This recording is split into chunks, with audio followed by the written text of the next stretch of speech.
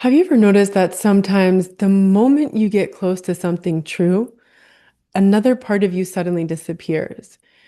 You hear something that lands, you recognize the pattern, you feel the truth in your body, and then almost immediately something happens. You get busy, you get tired, you start thinking about someone else who needs to hear it. You decide maybe now isn't the time. You open another tab, you click on another video, you clean the kitchen, you intellectualize it, or you make a plan to come back to it later. And just like that, the doorway closes and nothing changes. Not because you don't care, but because some part of you got close enough to freedom to sense that freedom was going to cost something and you automatically aborted the mission. Why does that happen? This is where many people start shaming themselves. Why am I doing this again? Why do I keep sabotaging myself? Why can I see the pattern so clearly and still not change it? Why does some part of me not seem to want to heal? What's wrong with me? But what if that part of you isn't really even you? What if the part of you that doesn't want to heal is actually the protective part that still believes that healing will threaten something you need to survive? Because resistance usually isn't random. It usually has a job, and that job is found in the survival department. Until you understand what that job is and what purpose it served, you'll keep trying to override the resistance with willpower. You'll try to force yourself into freedom while another part of you is still convinced that freedom is dangerous. That doesn't create integration. It creates an inner tug of war.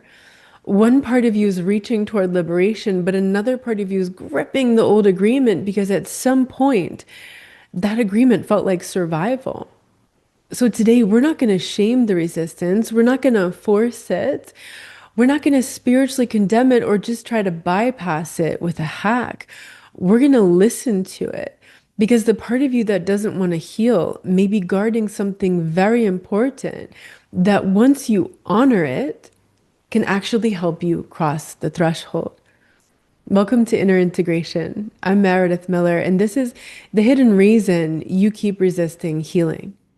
One of the hardest things to face in healing work is that holding onto the wound often has a payoff. And I know that can sound harsh or even confusing at first because when you've been through real pain, betrayal, abuse, neglect, enmeshment, abandonment, humiliation, or deep family dysfunction, the last thing you want to hear is that there's some sort of payoff in staying wounded. So let me be really clear. That doesn't mean the pain was your fault. It doesn't mean you wanted what happened to you. And it doesn't mean that the harm wasn't real. The harm was real, it happened, and it mattered. But once something becomes organized inside the nervous system, the subconscious, the body, the identity, the pattern often begins serving something else. And that thing that it serves isn't usually visible on the surface. The hidden benefit is part of what keeps the pattern in place. Sometimes the resentment gives you a sense of safety. Sometimes judgment protects you from shame. Sometimes busyness protects you from feeling the grief underneath it. Sometimes the blame gives the self a place to stand when the self has been destabilized by harm and shame. And because those things feel protective, the system clings to them, even when they hurt you, even when they keep you looping, even when they keep you from becoming free. Because the wound isn't just a static injury frozen somewhere in the past or in your body. Over time, the wound becomes a living pattern. It organizes itself to survive. It recruits thoughts, it recruits interpretations, it recruits relationships, it recruits behaviors, it recruits worldviews, and then it begins looking for evidence that confirms its reality. So if one of your early life programs says, I'm not safe, you'll start scanning for danger everywhere and you'll find evidence of that. Life will give you experiences that reinforce the program that you don't even know exists. If you have a wound that says, I'm abandoned, You might reject or push away people before they can hurt you, and then you end up feeling abandoned. If you have a vow that says, I have to be useful to be loved, you might keep finding people who need you or use you, but can't really meet you or value you. The wounds, the vows, the programs don't only remember the past, they continue organizing the present. That's why healing through force becomes so exhausting. You're not just trying to change a habit or a mindset, you're trying to work against an entire structure, an architecture of survival that's been faithfully doing its job, often for a very long time, sometimes for generations. And this is why you can understand the pattern intellectually, yet keep repeating it. Because insight alone doesn't change the agreement underneath. The mind might say, I want to be free, but the body might still say, freedom is dangerous. The spirit might be ready to move forward, but the nervous system might still be braced against what happened last time you tried to take a risk or become more fully yourself. So the work isn't to shame the resistance, the work is to understand what the resistance has been serving. Because you can't truly release what you've not identified the benefit of. Otherwise, it'll keep returning. If you try to rip out a pattern without understanding what it's been holding in place, the system can feel unstable. And when the system feels unstable, it automatically reaches for what's familiar, even if what's familiar is painful and unhealthy. So we have to ask a deeper question. Not only what is this pattern costing me, but also what has this pattern been giving me? What has it been protecting? What does some part of me believe would happen if I let this go? That's where the hidden payoff begins to reveal itself. There's many ways that a wound can have a payoff, but I want to name three of the most common ones. The first is safety through the wounded identity. This is one of the most delicate places to speak into because real harm does need to be named. Many people spent years minimizing what happened to them, normalizing it, excusing it, spiritualizing it, trying to be above it before they've actually told the truth about their experience. So this isn't about pretending nothing happened. That matters. And there's a difference between naming the harm and building an identity around the harm. At a certain stage, clinging to the story of what happened can feel like protection. The ego says, if I keep remembering and reminding myself of this, it won't happen again. If I keep proving how wrong they were, how much they hurt me, maybe I'll finally know that I'm okay and I feel safe. If I keep the blame intact, maybe I won't have to feel the helplessness underneath. Blame can become identity scaffolding. It gives the self a structure when it's been destabilized by harm. It gives you explanation. It gives you a sense of certainty. It gives you a position. It gives you a place to stand. And sometimes early on, that's a necessary stage. When someone's been gaslit, they may need to say, no, that was real. When someone's been blamed for what was done to them, they may need to say, no, that was not my fault. When someone's been conditioned to protect everyone else's version of reality at the expense of their own, they may finally need to let their own perception come back online. And usually the next line in that story is the blame. It's not wrong. But if the structure of blame remains the foundation of identity in the long term, the authority and the agency stay outside you. Your life remains organized around what happened, who did it, what they failed to give you, what they still don't understand, and what they may never admit. And again, the harm may be real, but when your identity is organized around the harm that happened, you become defined as the one it happened to. The wound becomes not only a memory, but an orientation to reality. then freedom can feel threatening because freedom would mean becoming someone who's no longer organized around the injury. That can feel like losing your evidence, losing your case, losing your position, losing the self that was built around surviving what happened. So, one hidden payoff of staying in the wound is that the wound gives you a fixed identity, not a free identity, not a whole identity, not a true identity, but a familiar one. The second hidden payoff is familiarity as safety. The wound can feel like home, not because it's good, not because it's comfortable, really, not because it's pleasant, but because it's known. And the nervous system prefers familiar pain over unknown freedom because the familiar pain has a map. You know how to survive abandonment. You know how to survive disappointment. You know how to survive overfunctioning. You know how to survive rejection. You know how to survive being the strong yet isolated one. You know how to survive not needing too much. But who are you without that? Who are you if you're no longer organized around the wound? Who are you if you stop being the rescuer? Who are you if you stop being the rejected one? Who are you if you stop being the scapegoat? Who are you if you stop playing small and being invisible? Who are you if you stop being the one who has to hold everything together? Who are you if you stop choosing relationships that confirm the old story? That self is unknown, and the unknown can feel more threatening than the pain itself. This is one reason that people can spend years working on a pattern without actually surrendering the identity connected to the pattern. Because as long as we're still working on it, we don't have to fully become the person on the other side. Healing requires a kind of death, not the death of your essence, but the death of the false self, the survival self, the adapted self, the identity that formed around the wound.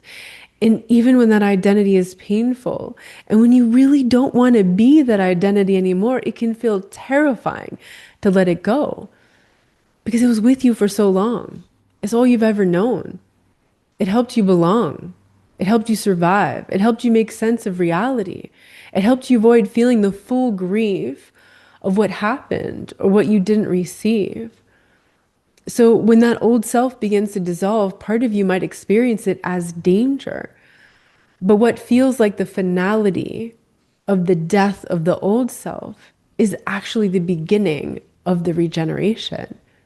The third hidden payoff is loyalty to the family field. And this one is often the deepest and least visible. Sometimes when you get triggered, it's not only your pain activating, it's fidelity. It's fidelity to an old agreement, fidelity to the family system, fidelity to the lineage, fidelity to the role that you learned to play in order to belong. Because at a deep level, the body can experience disloyalty to the family agreement as dangerous, even life-threatening. Because for a child, belonging is survival. A child doesn't have the option to say, this family system is dysfunctional, so I'll go build a healthier life elsewhere. Instead, the child adapts to survive the environment. A child learns what brings closeness and what brings punishment. A child learns what earns approval or attention and what creates rejection. What truth is allowed and what truth needs to be buried. What emotions are safe and what emotions threaten attachment. Those adaptations aren't random. They're a child's intelligence. They're the child's love. They're the child's attempt to stay connected to the people he or she depends on. So when healing begins to break those agreements, the body can register it as betrayal. It can feel like abandoning the mother. It can feel like leaving the father behind. It can feel like becoming someone your family of origin can no longer recognize. It can feel like stepping outside of the emotional weather that everyone else agreed was normal. And this is why some people unconsciously sabotage their healing right when they're getting close to freedom. Because freedom would mean that they can no longer belong to the family field. in the same way. They can no longer carry the same silence. They can no longer perform the same role. They can no longer participate in the same unconscious agreements. And sometimes that feels like love is being threatened. But what's actually being threatened is the old form of belonging. This is also why rebellion isn't the same as freedom. You can become the opposite of your family and still be organized around the same wound. You can reject everything they stood for and still be in orbit around the same programs. You can build a life that looks completely different on the outside and still be shaped by the same unresolved pain on the inside, ending up in a very similar state of loneliness. You can say, I'll never be like them, and still let the wound define the structure of your identity. Because the agreement really isn't about personality, it's about pattern. So, what keeps the wound, the vows, the programs in place isn't always ignorance. Sometimes it's devotion. Devotion to the lineage, devotion to the role, devotion to an old vow, devotion to a survival agreement that was made when there were no better options. And that kind of devotion deserves reverence before it can be released. It also needs to be mourned. So, what do we do with the part of us that doesn't want to heal? Well, first, we stop treating it like the enemy. We stop trying to destroy it. We stop shaming it, forcing it, bypassing it, avoiding it, condemning it, or giving into it. But we begin listening to it. Because the resistance formed around real needs like safety, belonging, love, attachment, survival, protection. The child's loyalty was love. The nervous system's loyalty was intelligence. The vow made in the dark was devotion without options. So the movement isn't, I need to get rid of this part of me. The shift is, I need to understand what this part of me has been protecting. And that doesn't mean that the pattern gets to keep running your life. It means you approach it with enough reverence to honor its experience. You can say, thank you for trying to keep me safe. Thank you for trying to help me survive when I had no other way. Thank you for bearing what was too much for me at the time. And now I need to ask whether this is still serving me. That question matters because many of these patterns were formed in a reality that no longer exists. You're not that child anymore, even though sometimes you get triggered and feel like that child again. You're not in that house anymore, though sometimes you may visit and fall back right into the same old patterns. You're not under the same authority anymore, though sometimes you still hear that voice in your head. You're not in the same relationship anymore, though sometimes you still hope that one day you'll get the recognition you are craving. You're not as powerless as you once were, even though sometimes you forget that. The body may not know that yet. The subconscious may still be living inside the old story as if that reality were still happening. So listen for the vows. The resistance usually has a vow underneath it. I have to sacrifice my needs to get love. I have to dim my light to stay safe. I have to be strong because I can't count on anyone. I have to swallow the truth to belong. I have to carry it all to prove how capable I am. I have to stay small so I don't trigger envy or punishment. I have to keep the peace so I don't lose connection. I have to sabotage myself so someone will finally notice me. I have to stay angry so I don't collapse into grief. I have to keep blaming them so I don't feel how powerless I felt. These vows aren't usually conscious, but they shape your entire life. They shape who you become around other people. They shape who you are in private. They shape the relationships you choose. They shape the decisions that you make and the risks you avoid.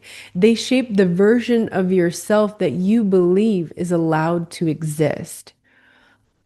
And once you can name the vow, you can begin asking what it was protecting.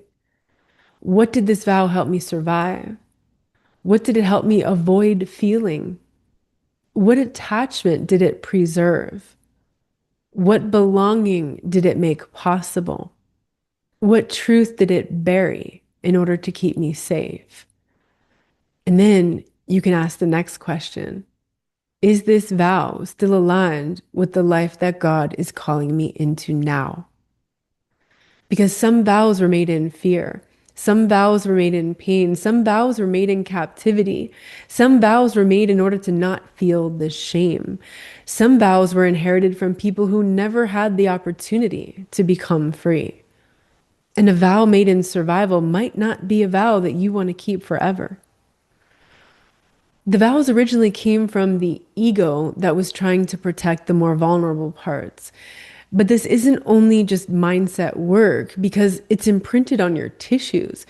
You can't simply just think or decide your way out of a survival program that lives in the body. The agreements, the vows, the programs live in your nervous system. They live in your posture. They live in your breath. They live in the field. They live in your emotional reflexes.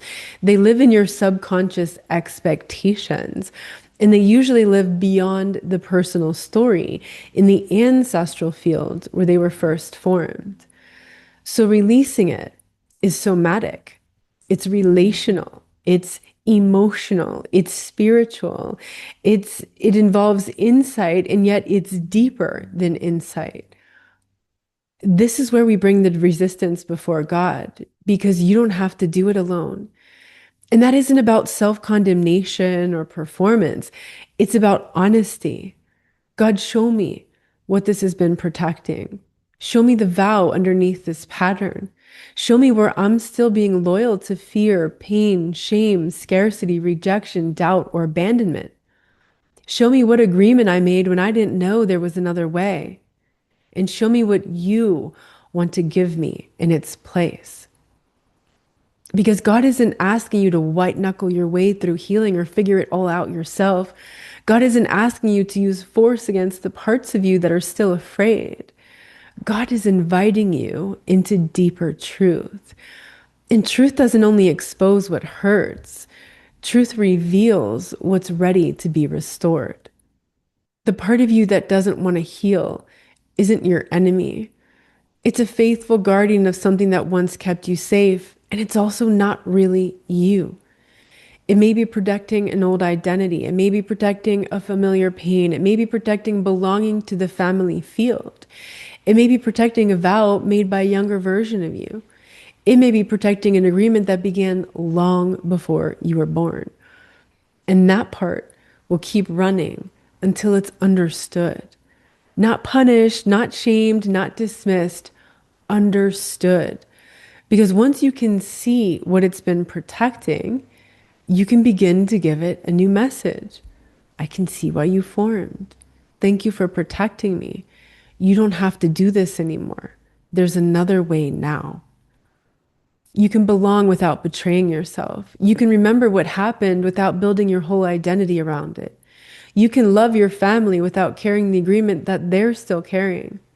You can honor the intelligence of your survival without letting mere survival remain in charge. You can grieve what happened without staying organized around the wound. So I want to leave you with this reflection. What vow have you been keeping that was made by a much younger version of you? By someone maybe who came before you that no longer needs to get carried forward. And as you sit with that, don't rush to fix it or explain it. Listen for the vow. Listen for what it protected. Listen for the old agreement underneath the resistance. And that listening is a deep listening. It's in your body. It's in the field. It comes in the silence and in the stillness, not when you're trying to figure things out. That, when it comes through, might be the doorway to your next shift. May God show you the vows that no longer belong to your future. May you offer deeper honesty to your Creator about the parts of you that are still afraid so they can be met with compassion, grace, and mercy. May you grieve what survival and devastation distorted, and may God give you the courage to release every agreement, vow, and wound that was never meant to become your inheritance, so He can restore peace, wholeness, prosperity to you and your lineage.